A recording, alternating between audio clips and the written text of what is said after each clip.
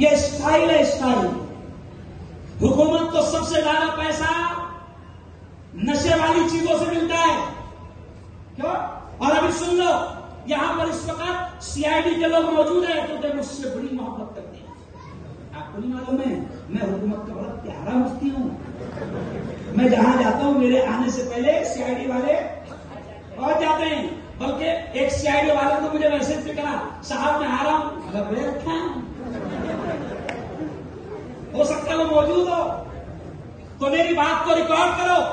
एक तरफ हुकूमत नशे पर पाबंदी की बात करती है, कलेक्टर के जरिए से नशा मुक्ति की मुहिम चलाती है, लेकिन ये हुकूमत कितनी मक्कार है। सुनो, हुकूमत कितनी मक्कार है, जरा याद करो। कोरोना आया, गौर से सुनना, कोरोना आया, 2 साल के बाद मुल्क धीरे धीरे खुलना शुरू हुआ। गौर से सुनना ये बात। बेटा बात नहीं, ए भाई बात नहीं। कोरोना आया, धीरे धीरे मुल्क खुलना शुरू हुआ। और औरंगाबाद के जवानों, जरा याद करो, वो मौका याद करो कि जब कोरोना के बाद 2 साल के बाद जब मुल्क खुलना शुरू हुआ तो ये मक्कार हुकूमत ने मंदिर नहीं खुलवाए।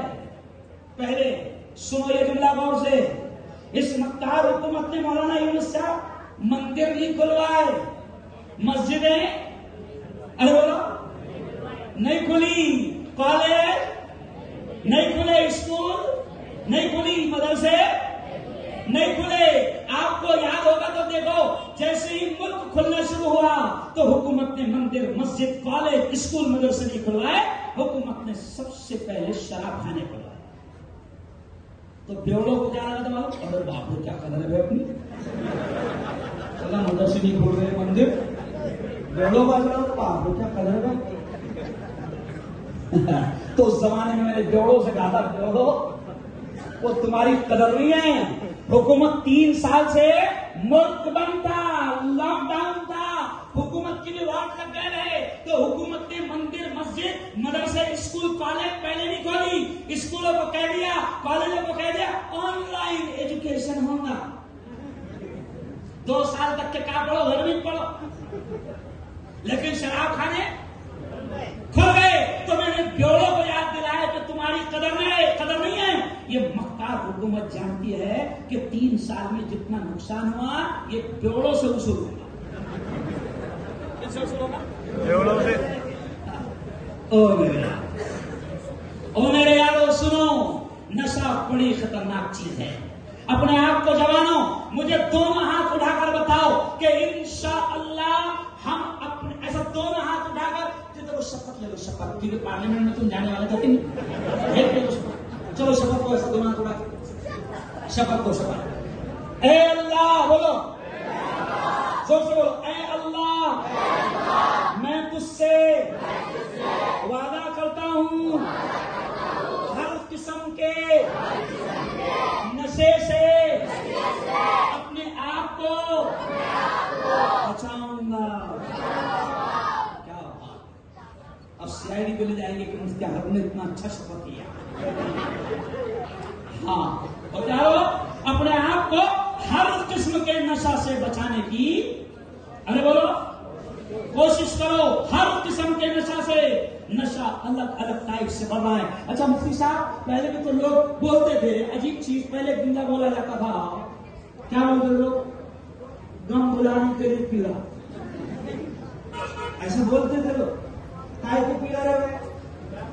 तो बोलते थे मुझे पीने का शौक नहीं, गम बुलाने को पी रहा। अभी गम बुलाने को नहीं पी रहा हो, अभी तो बकायदा देखा देखी फैशन बनता जा रहा है।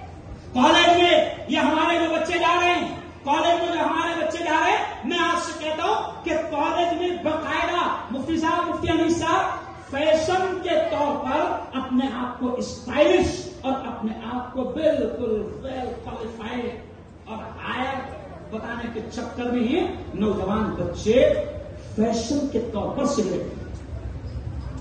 ओ अल्लाह के बंदो, ओ मेरी कौम के जवानों, तुम मेरी कौम का मुस्तकबिल हो। सुनो सुनो, अब मैं अपनी बात को समेटते हुए ये असबाब मैंने आपको बता दिया, अब इसका हल बताकर मैं अपनी बात को समेट कर खत्म करूंगा।